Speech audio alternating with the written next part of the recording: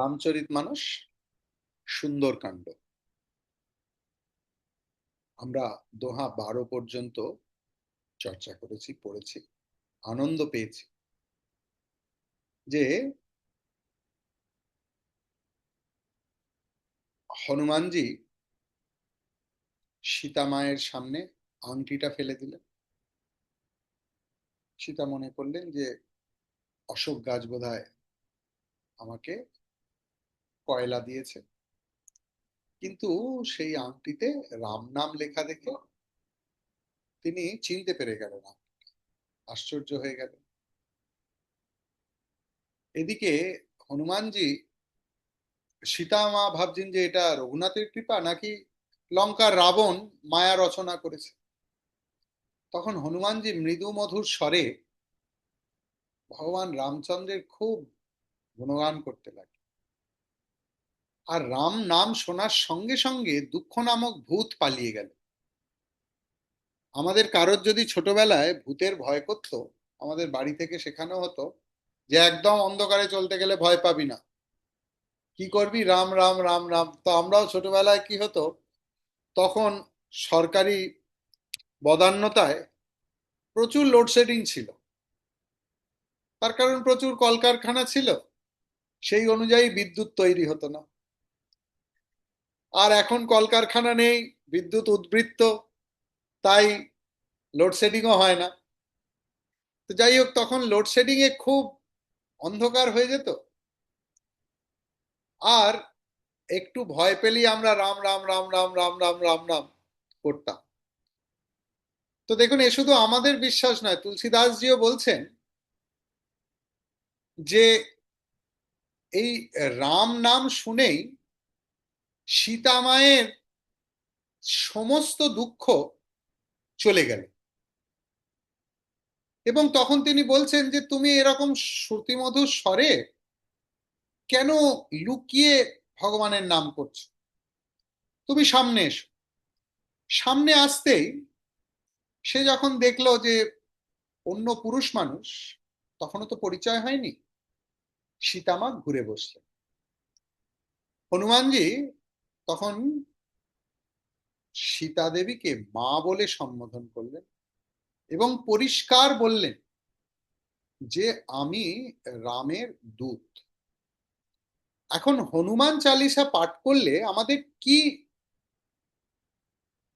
সুবিধা হয় না, যারা ঠিক ঠিক বুঝে পাঠ করে এবং যারা নিজেদের অহংকার থেকে বেরোতে চান, Hanuman Chalisa is the best option. কেন না, হনুমানজি পরিষ্কার একটা, যে আমি অঞ্জনীর পুত্র, তোমরা আমায় বলো বায়ুপুত্র বলো, সর্বশক্তি বলো, অমুক বলো, অত কিছু। হনুমানজি নিজের পরিচয় কি দেয়, রাম দূত मैं, মা তু জান। আমার আর দ্বিতীয় কোনো আইডেন্টিটি চাই না।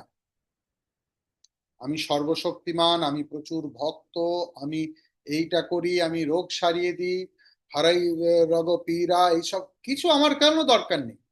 ওগুলো সব secondary thing, secondary tertiary. Primary identity আমার, আমি রামদূত।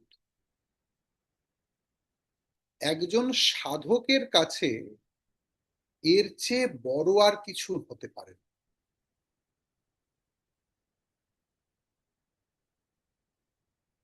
যেমন দেখুন কিভাবে একটা ছোট সুন্দর জিনিস বড় হয়। আপনারা যদি মুভমেন্ট অফ রামকৃষ্ণ মিশন পড়েন, রামকৃষ্ণ মুভমেন্টের হিস্ট্রি পড়েন, হিস্ট্রি অফ রামকৃষ্ণ মুভমেন্ট, সেখানেও আমরা দেখব কিছু ছোট ছোট ছেলেপুলে, 18 বছর, 19 বছর, 21 বছর, 23 বছর, যাদের চোখ ফোটেনি বলে তারা সব রামকৃষ্ণের চেলা বলে শুরু করে গেল, তারপর সব যে যার সে তার ছড়িয়ে গেল। তারপরেও যখন এসেছে, max to max they were below 30। তাদের সম্বল কি, না, একটাই আইডেন্টিটি, আমরা রামকৃষ্ণের চেলা। দ্বিতীয় আইডেন্টিটি কি? না, আত্মন মোক্ষার্থম জগৎহিতায় চ। এইটার জন্য আমরা এসেছি, যে ভায়া অনেক জীবন তো গেল, এই জীবনটা এই কাজে যাবে। ভাবুন, 30 বছর বয়সে যখন মানুষের কেরিয়ার করার সময়, 25, 26, 27, 28, তারা বলছে আমাদের জীবনের অনেকগুলো জীবন চলে গেছে, এই জীবনটা এই মানুষটার পায়ে সঁপে দেবো। তবে না এত বড় বেলুড় মঠ হয়, তবে না এত সেন্টার হয়। যোগও রাখবো, ভোগও করব, হবে না। আর ঘরও করব, সন্ন্যাসও রাখবো, হবে না। যে কোনো একটাকে বেছে নিতে হবে। হ্যাঁ, দুটো থাকতে পারবে, কিন্তু কোনটা প্রায়োরিটি? এই রিসেন্টও যেমন ধরুন, খুব বিখ্যাত একজন সন্ত, রাজেন্দ্র দাস, বৃন্দাবনের সাধু। আপনারা নাম শুনেছেন কিনা জানি না, আমি তো ওনার শুনি। তো ওনার মা এখনো জীবিত, ওনার কাছেই থাকে, ওনার পিতৃদেবও ওখানেই থাকতেন, কারণ ও একমাত্র সন্তান, কিছু করার নেই। কিন্তু টোটাল বৃন্দাবনে রাজেন্দ্র দাসদের সন্ততা নিয়ে কোনো প্রশ্ন নেই।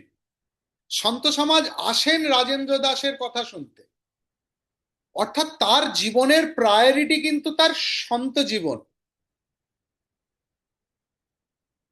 আমরাও যে শাস্ত্র পড়ছি, আমাদের কিন্তু একটা গ্রন্থেও বলেনি যে কাউকে বাড়ি ছেড়ে দিতে হবে, ছেলে মেয়ে স্বামী পুত্র ছেড়ে দিতে হবে। খালি প্রায়োরিটিটা শিফট করে দিতে হবে। না হলে সাধক আইডেন্টিটিটার সঙ্গে সম্পৃক্ত হওয়া যাবে না। তো সাধক মানে তো সেই যার জীবনে সাধনা প্রধান। ডাক্তার মানে তো সেই যার জীবনে ডাক্তারি করাটা প্রধান, তাই না? তার কি সংসার নেই? সবটাই আছে, কিন্তু তার জীবনে patient Gates the first and last priority. তবেই সে সেই চিরস্মরণীয় প্রাতঃস্মরণীয় ডাক্তার, তাই না? সব প্রফেশনই পাবে সে।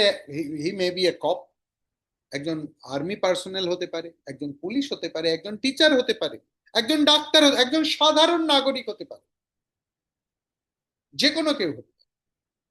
সাধু নাগ মহাশয়, তিনি কোনো কিছুই ছিলেন না, পরিষ্কার সংসারী, কিন্তু তাকে সন্ন্যাসীরা প্রণাম করত, বিকজ অফ দ্যাট প্রায়োরিটি। জীবনে আমার কাছে প্রায়োরিটি কোনটা? ঠিক আছে। এবারে হনুমানজি সেখানে করুণা নিধানের নাম বলেছে, তার কারণ করুণা নিধান একমাত্র সীতামাই বলতেন করুণা নিধান বলে। ঠিক আছে। এবং আমরা দেখেছি আগের দিন কোথায় ছেড়ে গেছি আমরা, না বলছেন রঘুপতি কর সন্দেশু অব সুনু জননী ধরি ধীর, আশা কাহি কপি গদ গদ ভয়ু ভরে লো বিলোচনী। যে মাতা, মাগো, শুনু জানানি, কি শুনবে? রঘুপতি কর সন্দেশ। আর কিরাম রঘুপতি, রাম তোমার জন্য কিছু খবর পাঠিয়েছে। কিভাবে শুনতে হবে? ধরি ধীর, ধৈর্য ধারণ করে।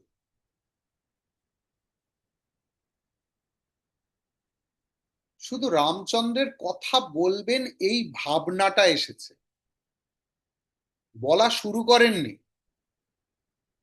আশা কাহি কপি গদা গদা, রামচন্দ্রের প্রেমে বিহ্বল হয়ে গেছে। আমাদের প্রশ্ন করা উচিত নিজেদের, আমাদের সেই প্রেম এসেছে কিনা।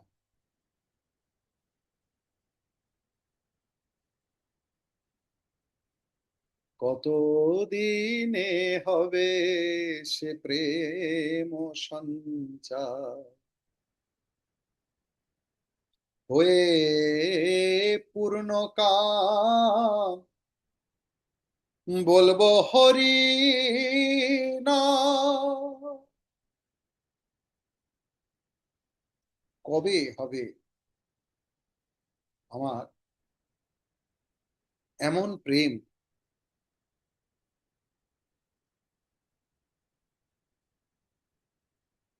বড় অপূর্ব সে গান, আমরা পরে সময় পেলে শুনবো। প্রেম যদি হৃদয়ে উৎপন্ন হয় ঠিক ঠিক ভাবে, আবেগ ঘন প্রেম নয়, তখন মানুষ প্রেমে, ভক্তিতে, শ্রদ্ধায় গদগদ হয়ে পড়ে। নতুন বিয়ের পরে মেয়েরা তার স্বামীর কথা, স্বামীর প্রশংসা করতে পঞ্চমুখ হয়ে থাকে। শ্বশুর বাড়ি গেলে কি একটা শুধু ছুঁচো, বাবা জানো না, তোমার জামাই তো, তোমার জামাই এটা পছন্দ করে, তোমার জামাই ওটা পছন্দ করে। তার কারণ তখন প্রেম এমন একটা জায়গা নিয়ে নেয়, কিন্তু পরবর্তীকালে সেই প্রেম কোথায় চলে যায় তার জন্য আবার লোককে গানও লিখতে হয়। তো যাই হোক, আমরা এখানে যে আধ্যাত্মিক প্রেমের কথা বলছি তার কিন্তু কমা বাড়া হয় না। তার কারণ সেই প্রেম ব্রহ্মানন্দের মতো, যা ব্রহ্ম, যা আনন্দ স্বরূপ, তাই প্রেম। তার যদি রাসবৃদ্ধি হতো তাহলে তা ব্রহ্মের সঙ্গে সমতুল্য না, তাহলে তা স্বার্থ সমন্বিত। আমার কিছু না কিছু এক্সপেকটেশন ছিল, হতে পারে সেটা স্পিরিচুয়াল এক্সপেকটেশন, নাও জাগতিক হতে পারে, কিন্তু সেই এক্সপেকটেশনে আমার বাধা এসেছে, আমি দুঃখ পেয়েছি, যেভাবেই হোক। Don't take it otherwise. ধরুন আজকে 15-20 মিনিট দেরি হয়েছে, প্রায় হচ্ছে, তার কারণ এমন সময় মিটিং গুলো পড়ছে, এই সময়গুলোতে আমি ম্যানেজ করে উঠতে পারছি। আর এমন এমন জায়গাগুলোতে মিটিং গুলো ওই সময়টায় হচ্ছে, ছেড়ে চলে এলে একটা অন্য ডিসিশন হয়ে যাবে যেটাতে হয়তো আমি সহমত ছিলাম। এখন কিছু করার নেই। তো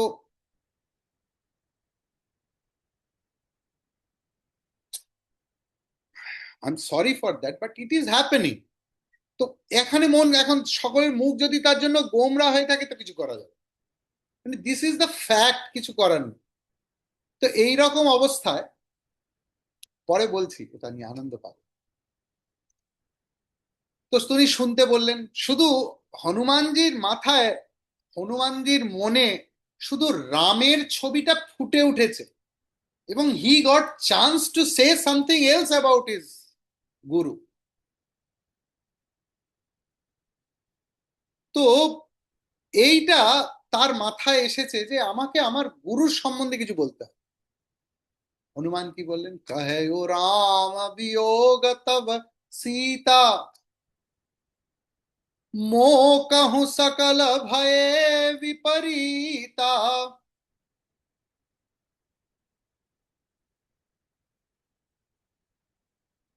প্রভু রামচন্দ্র হনুমানকে যা যা বলেছেন, হনুমানজি এতটুকু অ্যাডিশন অল্টারেশন করেননি। এইটি একটা আধ্যাত্মিক জীবনের সিরিয়াসনেসের প্রকাশ, আমরা সর্বত্র দেখতে পাবো। ভেরি রিসেন্টলি আমরা যদি রামকৃষ্ণ কথামৃত দেখি, শ্রীমজে লিখছেন সেটা কিন্তু ঠাকুর জানতেন। তিনি আকাট মূর্খ, পড়াশোনা করেননি, এটাই আমাদের বোধ। অথচ তখনকার দিনের এতগুলো মাস্টার ডিগ্রি হোল্ডার, মাস্টার মহাশয় ঠাকুরের কথা গুছিয়ে সাজিয়ে লিখছেন, কিন্তু প্রত্যেকটা বিষয় ঠাকুরকে পড়িয়ে শোনাতে হতো। ঠাকুর বলে দিতেন, না এটা ঠিক হয়নি, এইখানের লেখাটা এইটা হয়নি, আমি এটা বলিনি, আমার বলার ভাব এটা নয়। মূর্খের অবস্থা দেখুন। যিনি রামকৃষ্ণ উপনিষদ লিখেছিলেন, তিনি তার আত্মজীবনীতে লিখছেন যে কে বলে ওই বুড়ো মূর্খ, আমার রাতের পর রাতের ঘুম কেড়ে নিয়েছে। রাত্রিবেলা জাগিয়ে বলতেন যে এখানে এইটা হয় না, এবং তিনি নাকি সূত্র ধরে বলতেন পানিনি সূত্রের অমুক জায়গায় এইটা আছে, এই ব্যবহার হবে না। এই আমাদের মূর্খের শ্রী। এহেন অবতার বরিষ্ঠায় কিন্তু সেই, আমরা আমাদের যদি গুরুদেব পরমারাধ্য স্বামী চিন্ময়ানন্দজির জীবনের ক্ষেত্রে দেখি, তিনিও এই একই জিনিস। ভূতেশানন্দজি সারা জীবন একটাও কলম লেখেননি, উনি শুধুই বক্তৃতা দিয়েছেন, কিন্তু তার বক্তৃতাগুলো সব পরবর্তীকালে ভক্তরা লিখেছেন, কিন্তু উনি প্রত্যেকটা এডিট করেছেন। আপনারা জানেন কিনা বা জানানোর দরকারও নেই, আমাদের চিন্ময় মিশনেও এইরকম যত বই দেখেন তার 70% লেকচার থেকে লেখা, 70 থেকে 80%। 20% হয়তো লেখক নিজে লিখেছেন, আপনাদের এটা জানা দরকার। এমনকি স্বামী বিবেকানন্দেরও যে আমরা রচনাবলী পাই 10 খণ্ডের, তারও কিন্তু বেশিরভাগটাই বক্তৃতা থেকে তোলা। কিছু কিছু উনি রচনা করেছেন সেটাও বক্তৃতা দেওয়ার জন্য, কিন্তু যেমন কর্মযোগ, রাজযোগ, তিনি ওগুলো বক্তৃতা দেবেন বলে নিজের জন্য লিখেছেন, পরবর্তীকালে সেগুলোই বই হয়ে গেছে। তার কারণ উনি ওইখানে বক্তৃতা দেওয়ার মেটেরিয়াল পাচ্ছেন না, উনি লিখছেন যে ওরে আমাকে এই এই বইগুলো পাঠা, আমি মেটেরিয়াল পাচ্ছি না লেখা। তো জাহাজে করে সেই বই আসছে স্বামীজির। তো এখানেও দেখুন, এখানে বলছে কাহেউ রাম, অর্থাৎ এর ব্যাখ্যাকার ব্যাখ্যা করেছেন যে ভগবান রামচন্দ্র ঠিক যেমনটি বলেছেন তেমনই বলছি। কি বলেছেন? বিয়োগ তব সীতা। ও না না না, মো কাহু সকল ভয়ে বিপরীত। আচ্ছা, এবারে হচ্ছে কি, রাম বলেছেন দেখো হনুমান, প্রিয়া, আমার যে প্রিয়া সে সঙ্গে না থাকাতেই এই এত সব বস্তু প্রতিকূল হয়েছে। প্লিজ লিসেন টু মি, পরে পড়বে প্লিজ, শ্রবণ শ্রবণ শ্রবণ। প্রভু কি বলছেন না, আমার যে প্রিয়া অর্থাৎ সীতা, তিনি না থাকাতেই সমস্ত কিছু যেন গন্ডগোল হয়ে যাচ্ছে হনুমান।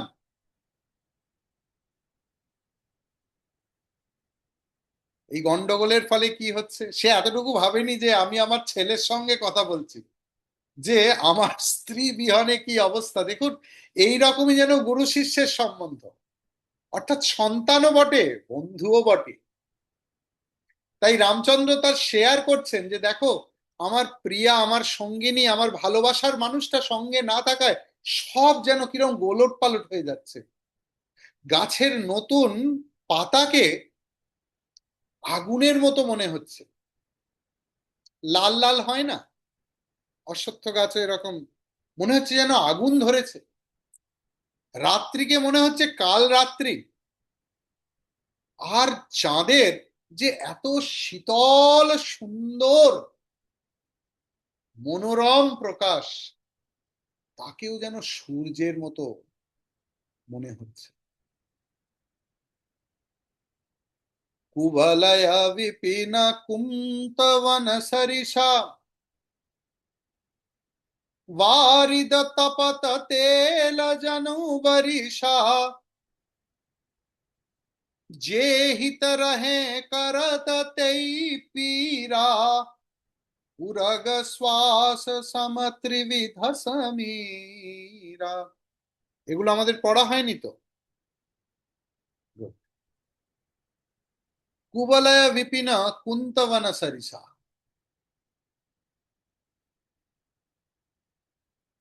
কমল পদ্ম ফুল কিরম ভাবে ফোটে, এমনি পাপড়ি থাকে আর মধ্যিখানে একটা থাকে, তাই তো?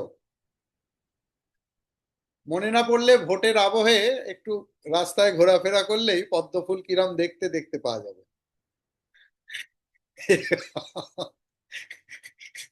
রামচন্দ্র সেই পদ্ম ফুলকে বলছেন যে দেখো, এই পদ্ম ফুল দেখে আমার ত্রিশূলের কথা মনে পড়ে যাচ্ছে। ত্রিশূল তো সুখকর নয়। ত্রিশূল কি সুখকর? প্রথম কথা, ত্রিশূল তো কোনো একটা অস্ত্র হিসেবে ব্যবহার করা যায়। তার উপর তো বসাও যাবে না, যে নাও ভাই একটা ত্রিশূল দিলাম বসে দেখো। তাহলে ত্রিশূল ব্যাপারটা খুবই দুঃখদায়ী। অথচ মানে কি, পদ্ম ফুলের মতো এত মনোরম, সুখকর, এত শান্ত পরিবেশকেও মন অশান্ত থাকার ফলে আমার ত্রিশূলের মতো মনে হচ্ছে। পরিস্থিতি আমাদের দুঃখ দেয় না, দিতে পারে না, পরিস্থিতির এত জোরই নেই। আমরা ওই পরিস্থিতিকে কিভাবে গ্রহণ করছি তার ওপর আমাদের সুখ এবং দুঃখ নির্ভর করে। আপনার হয়তো মনে হতে পারে যে ইস, আমার কাছে এমন সাফিসিয়েন্ট টাকা নেই যে আমি এটা করে ফেলতে পারছি, ওটা করে ফেলতে পারছি, সেটা করে ফেলতে পারছি। আমার খুব ক্ষোভ হচ্ছে যে স্বামীজি, আমার কি এই বয়সে এসে এটা মনে হবে না সারাটা জীবন হয় পরিশ্রম করেছি যেভাবেই হোক, যে শেষ বয়সে একটু খরচ করব বলে এখন খরচ করতে গিয়ে দেখছি অমুকটা নেই। তাহলে আপনার মনে হতেই পারে যে টাকা কম হওয়াটাই আমাকে দুঃখ দিল। একবার কলকাতা শহর, গ্রামে যেতে হবে না, সামান্য এই কি বলে দক্ষিণ কলকাতা, বিশেষ করে দেশপ্রিয় পার্ক অঞ্চল, হিন্দুস্তান পার্ক অঞ্চল, এগুলো তো খুব পশ এরিয়া বলেই প্রচলিত ছিল। গত পরশুদিন আমি হাঁটতে বেরিয়েছিলাম রাস্তায়, বস্তি দেখলে মাথা খারাপ হয়ে যাবে, কত লোক রাস্তায় শুয়ে আছে।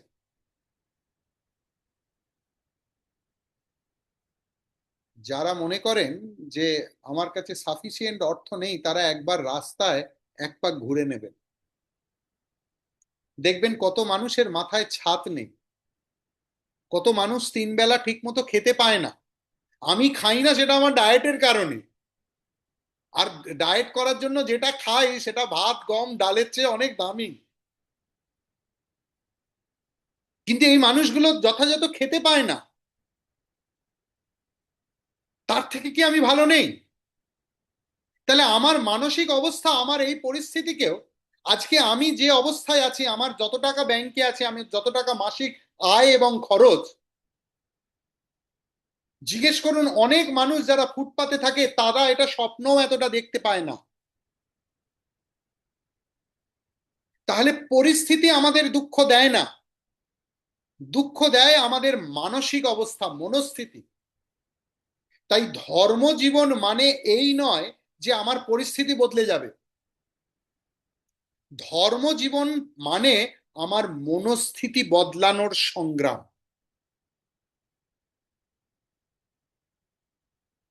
ঠিক আছে? এখানেও দেখুন, রামচন্দ্রের মন চঞ্চল, রামচন্দ্র আগেই বলে দিয়েছে, যে কোনো কারণেই হোক মন বিক্ষুব্ধ। বিক্ষুব্ধ মনের ফলে কি লাগছে না, কচি পাতাকে আগুনের মতো লাগছে, চাঁদকে ঝলসানো রুটির মতো লাগছে। পূর্ণিমার চাঁদ যেন ঝলসানো রুটি কার মনে হচ্ছে? যার ক্ষুধার রাজ্যে পৃথিবী গদ্যময় হয়ে গেছে, তারই তো পূর্ণিমার চাঁদকে ঝলসানো রুটি মনে হচ্ছে, তাই তো? সুতরাং মনস্থিতি, মনস্থিতি, মনস্থিতি। কমল বনকে, কমলের ওই চেহারা দেখে তার ত্রিশূলের কথা মনে পড়ছে, গায়ে বৃষ্টি পড়ছে, বারিদ তপত তেল যেন বরুষা, গায়ে জল পড়ছে, শীতল জল, কিন্তু মনে হচ্ছে যেন কেউ গরম তেল ঢেলে দিচ্ছে গায়ে। সমস্ত প্রিয় বস্তু যেন কষ্টদায়ক লাগছে। বায়ুর মধ্যে তিনটে গুণ আছে, একটা হচ্ছে শীতলতা, উরাগ শ্বাস সম ত্রিবিধ সমীরা। এই ত্রিবিধ সমীর মানে কি না, বায়ুর তিনটে গুণ আছে। এক হচ্ছে বায়ু শীতল, বায়ু মৃদুমন্দ,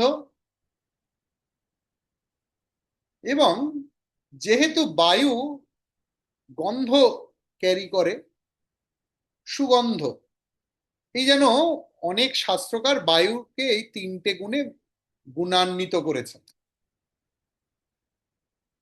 কিন্তু বায়ু যখন চলাচল করছে, বাতাস যখন বইছে, আমার মনের অবস্থা এমন, মনে হচ্ছে যেন সাপের বিষে উত্তপ্ত শ্বাস প্রশ্বাস চলছে।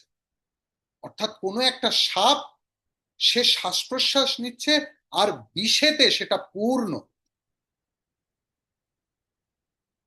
कहूं ते कछु दुख घटी होई, काहि कहो यह जान न कोई, तत्व प्रेम कर मम अरु तोरा, जानत प्रिया एकु एकु मनु मोरा। দুঃখের কথা বলে যে ভার লাঘব করব তার উপায় নেই। कहते कछु दुख घटी हुई, তার উপায় নেই। কাহি কাহু ইহা জান না কই, যাকে বলবো সেই তো আমার কাছে নেই। সীতা ছাড়া আমার দুঃখ কেউ বুঝতে পারে না। কাহি কাহু ইহা জান না কই। ভগবানের স্বামী চরিত্রের অভিনয় দেখুন, পুঙ্খানুপুঙ্খ, পুঙ্খানুপুঙ্খ স্বামী চরিত্রের অভিনয়। ঠিক মনে হচ্ছে না যে একটা যেন সেই রোমান্টিক সিনেমা তার একটা দুঃখের জায়গায় চলে এসেছে, যেখানে নায়ক বিলাপ করছেন। রামচন্দ্র লিটারেলি বিলাপ করছেন সীতা মায়ের জন্য। লীলা এইরকম। তার কারণ তুলসীদাসজি আগেই বলে দিয়েছেন যে আসল সীতা ভেতরে, কিন্তু লীলা চলছে যে। ওই সেই অভিনেতাই সব থেকে দামি অভিনেতা যিনি ন্যাচারালি অভিনয় করতে পারেন। ভিকিরির অভিনয় করলে যেন মনেই হয় যে সত্যি সত্যি ভিকিরি। যদি মনেই হয় যে না এ কোটিপতি, কোন রকমের সেজেছে ভিকিরি, হবে না। এমন অভিনয় করতে হবে যে চোখের জল চলে আসবে, দর্শকরা যে দেখবে। বিকাশ রায় এমন, তিনি ভিলেনের অভিনয় করতেন যে লোকেরা সিনেমা হলে নিজেদের জুতো ছুঁড়ে মারত। How efficient acting! যে অভিনয়, অভিনেতা এক হয়ে গেছে। আমরা লীলার ক্ষেত্রেও কিন্তু ঠিক একই জিনিস দেখছি। দেখুন, ভগবান একজন স্বামী হিসেবে লীলা করছে। বলছেন হনুমান, দুঃখের কথা যে বলবো, কার কাছে বলবো, উপায় নেই, আমার দুঃখ বোঝার কেউ নেই।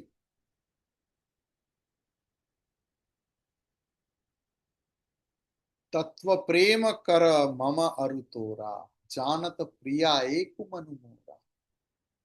আমি যে আমার স্ত্রীকে কতটা ভালোবাসি,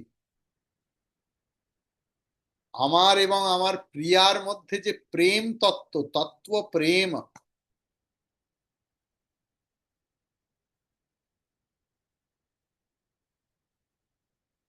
তা আমার মনই শুধুমাত্র জানে। একু মনু মোরা, জানত একু মনু। আর কে জানে? জানতু প্রিয়া, আমার স্ত্রীও জানেন আমি কত কষ্ট পাচ্ছি। দেখুন, এইটা হচ্ছে সম্পর্কের একটা, যে কোনো সম্পর্ক টেকে কিভাবে, ভালো হয় কিভাবে, লনজিভিটি পায় কি করে, কিভাবে সুন্দর হয়। এই স্যাক্রিফাইস, একের অন্যের প্রতি একটা সাংঘাতিক বিশ্বাস। হয়তো মানুষ মাত্র সে কিছু ভুল করে ফেলেছে, কিন্তু বিশ্বাসটুকু হারায়নি। আমাদের সাধারণত সংসার জীবনে কেন কষ্ট জানেন? আমরা সম্পর্ককে ভালোবাসি না, আমরা সেই ব্যক্তিটাকেও ভালোবাসি। আমরা ভালোবাসি আমাদের ইগোকে। অহংকার বলছি না, ইগো একদম ডাইরেক্টলি বলছি। আমার কথা তুমি শুনতে পারলে না? যে ছেলে মেয়ে পাওয়ার জন্য হাঁপাহাঁপি, সেই ছেলে মেয়ে বড় হতে স্ত্রী স্বামীকে গঞ্জনা দেয়, ও আজকে মেয়ের কথা বড় হয়ে গেল, আমি বলেছিলাম তখন তো কই কানে দাওনি। So much egocentric we become. আমাদের কাছে এই বিষয়গুলো এত গুরুত্বপূর্ণ পেয়ে যায় যে আমরা আমাদের সম্পর্কের সঙ্গে কম্প্রোমাইজ করতে পারি। যার ফলে সংসার জীবনটা যতটা মধুময় হওয়ার ততটা হয় না, বরং অনেক সময় তিক্ততাতেই ভরে যায়। সে যে কোনো সম্পর্ক। এখানে আমরা স্বামী স্ত্রীর সম্পর্ক যেহেতু আলোচনা করছি, রাম সীতা, তাই এই প্রসঙ্গে আসা। সো মনু সদা রহত তোই পাহি, জাनु प्रीति रसु ए तनहि माही, प्रभु संदेशु सुनत वै देही, मगन प्रेम तन सुधि नहीं ते।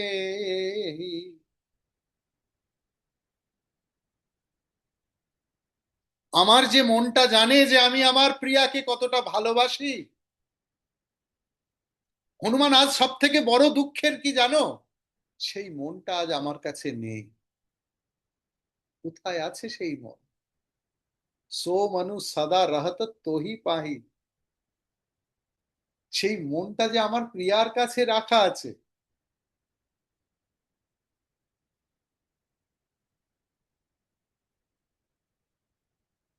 কি অদ্ভুত!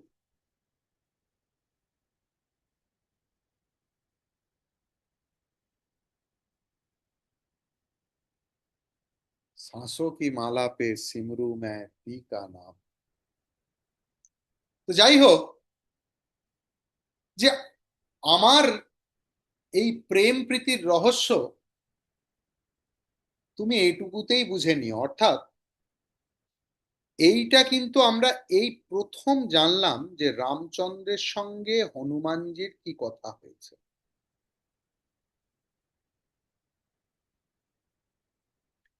এইখানে ক্যারেক্টারের ওপর বিশ্বাস। যেমন ধরুন স্বামী বিবেকানন্দ হসপিটাল চালু করার কথা বললেন, এইটা বললেন সেইটা বললেন, আর আমরা কথামৃত যদি পড়ে থাকি তাহলে দেখব যে ঠাকুর বলছেন এইসব হসপিটাল তৈরি, কুয়ো খনন, স্কুল তৈরি, এগুলো রজগুণের প্রকাশ। ঈশ্বর লাভই মনুষ্য জীবনের একমাত্র উদ্দেশ্য। হসপিটাল তৈরি নয়, রাস্তাঘাট তৈরি নয়। অর্থাৎ তিনি সমস্ত কিছুকে একটা জায়গায় কনসেন্ট্রেট করেছেন। ঈশ্বর লাভ, ঈশ্বর লাভ, ঈশ্বর লাভ। তার জন্য সাধন ভজন, সাধন ভজন, সাধন ভজন। এদিকে তার চেলা হয়ে এবং প্রধান চেলা হয়ে তিনি কি করছেন? হসপিটাল খুলছেন, স্কুল খুলছেন, সেবা কার্য করছেন। সবাই যখন অভিযোগ করছে যে ঠাকুর তো এটা চাননি, এহেন স্বামী বিবেকানন্দ হাউ হাউ করে কেঁদে বলছেন যে তোরা কি ঠাকুরকে আমার থেকেও বেশি ভালো বুঝেছিস? তোরা কি জানিস ঠাকুর আমাকে কি বলে গেছেন? অর্থাৎ কথামৃতকার যেতেন সোমবার থেকে, মানে শনিবার আর রবিবার মূলত ছুটির দিন। আর এইসব ইয়াং ছেলেপুলেরা আসতো সোম থেকে শুক্র। তাই তাদের সঙ্গে কি কথোপকথন হয়েছে ঠাকুরের তা কিন্তু নোটেড নেই। Direct instruction. এখানে স্বামী বিবেকানন্দের কথাকেই বিশ্বাস করতে হবে। ঠিক তেমনি এখানে হনুমানজির কথাকেই বিশ্বাস করতে হবে। তার কারণ আমরা কিন্তু তার আগে কোনো কিছু পেলাম না যে হনুমানজিকে সমুদ্রের তীরে পাঠানোর আগে রামচন্দ্র ক্লাস নিয়েছিলেন। তাহলে ভগবান এই হনুমানজি কি বললেন প্রথমেই? যে যা শুনেছি আমি প্রভুর কাছ থেকে তাই বলবো, এতটুকু এদিক ওদিক করবো না। ক্লিয়ার? তাহলে এখানে হচ্ছে আস্থা, ভরসা, বিবেক। তো এবং বলছেন যে দেখো, হনুমানজিকে বলছে যে আমার আর মায়ের মধ্যে কি প্রেম প্রীতির রহস্য তুমি এইটুকুতেই বুঝে নি।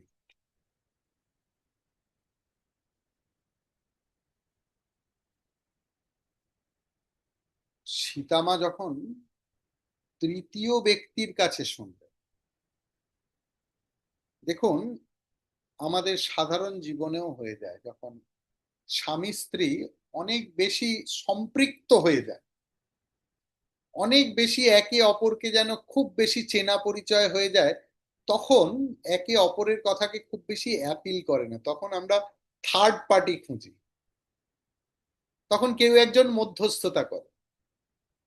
সে মা বাবা হতে পারে, শ্বশুর শাশুড়ি হতে পারে, বন্ধু হতে পারে। কাকে আমরা নিই না, যাকে দুপক্ষই বেশ ভালো চোখে নেয়। একজন গিয়ে বলে, না রে, তুই যেটা ভাবছিস সেটা নয়, ও তোর সম্বন্ধে কত কি ভালো কথা বলছিল জানিস, ও তোর সম্বন্ধে কতটা ফিল করে, না না তুমি জানোই না, আমাকে যেভাবে বলেছে। আরে না রে, হয়তো সেটা ওই সময় বলে ফেলেছে, আমার কাছে তোর সম্বন্ধে অনেক ভালো কথা বলছে।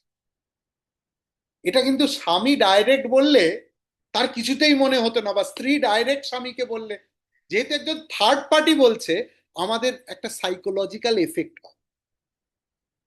রামায়ণেও দেখছি, রাম এবং সীতার মধ্যে অবিশ্বাসের জায়গা নেই, কিন্তু তারা প্রেমেতে সম্পৃক্ত হয়ে আছে। এখানে হনুমানজির কথা শুনে সীতা যেন নিজের বিশ্বাসের অনলেই ইন্ধন দিলেন।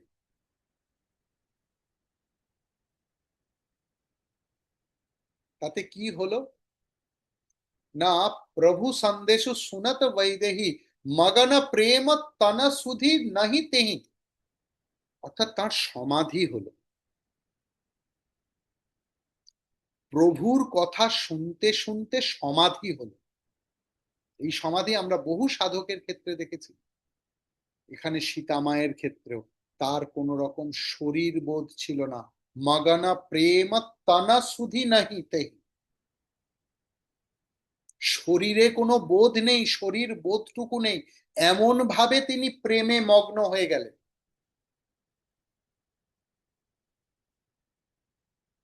আমরা এরকম অনেক সাধককে দেখেছি, যারা কালো আকাশে সাদা মেঘের বকের শাড়ি দেখেই সমাধিস্থ হয়ে গেছে, প্রভুর কোন রূপের কথা মনে পড়েছে তা।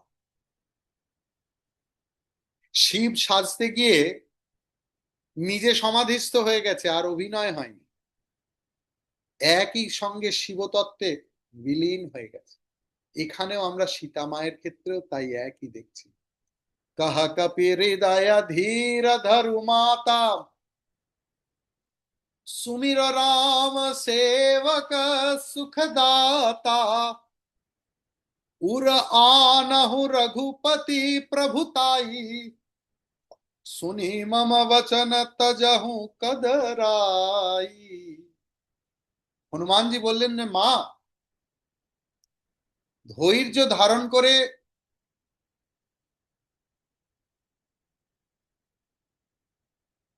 ভগবান রামচন্দ্রের স্মরণ করো। তিনি কে, কেন স্মরণ করবে? রাম কে? সুমিরু রাম, সুমিরু মানে সুমিরন করো, জপ করো, স্মরণ করো। রাম কে? সেবক সুখদাতা, তিনি যত সেবক আছে, সেবক মানে কি সবাই রামের পা টিপছে বা সবাই রামকে খেতে দিচ্ছে? না, রামের আমরাও সেবক, তার কারণ আমরা রাম কথা সেবন করছি, আমরা সেবক তো, আমরা প্রভুকে হৃদয়ে ধারণ করেছি, আমরাও সেবক। তাই প্রভু সমস্ত সেবককে সুখ দান করে। পুরা আনহু রঘুপতি প্রভুতাই, তুমি ভুলে যেও না যে তোমার প্রভু, তোমার গুরু, তোমার ইষ্ট, তোমার স্বামী রামচন্দ্রজি কত প্রবল প্রতাপী ছিল। তুমি আমার কথা শোনো, তুমি নির্ভয় থেকো, মা ভই নিশিচর নিকর পতঙ্গ সমা, रघुपति वान कृशानु, जननी हृदय धीर धरु जरे। নিশাচর জানু। ভগবান শ্রীরামচন্দ্রের তীর আগুনের মতো। আর এই যে এত রাক্ষস দেখছো না, এটা সব পতঙ্গের মতো। পতঙ্গরা আগুনে যেরকম ঝাঁপ দেয় পটপট করে আর মরে যায়, রাক্ষসরাও সেরকম। তোমার এখন কি দরকার? ধৈর্য ধারণ করে রাখ। অর্থাৎ আমাদের জীবনে যখন দুঃসময় আসে, পৃথিবীতে কেউ বলতে পারবে না যে তার জীবনে দুঃসময় আসে।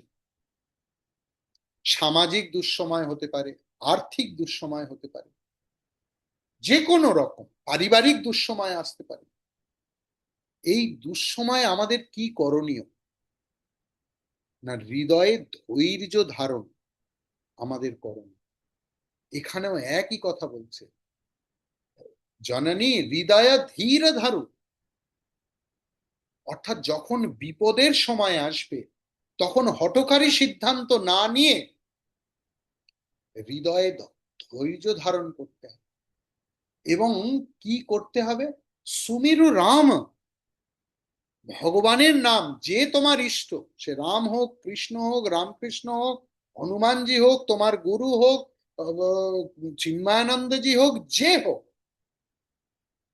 তাকে স্মরণ করে হৃদয়ে ধৈর্য ধারণ করতে হবে। তাহলে কি হবে? না, রঘুপতির যে তীক্ষ্ণ তীরের আগুন, তাতে রাক্ষসকুল ভস্ম হয়ে যাবে। নিশিচর নিকর পতঙ্গ সম রঘুপতি বান কৃষাণ, জননী হৃদয় ধীর ধরু, জরে নিশাচর যান। সবাই ধ্বংস হয়ে যাবে। অর্থাৎ শুভ শক্তিকে স্মরণ করো। যে অশুভ শক্তির কারণে তোমার মনের আজ এই অবস্থা, চাঞ্চল্য, তা অচিরেই চলে যাবে। আসুন আমরা সবাই সমীরণ করি ভগবানের নাম। শ্রীরাম জয় রাম, জয় জয় রাম। শ্রীরাম জয় রাম, জয় জয় রাম।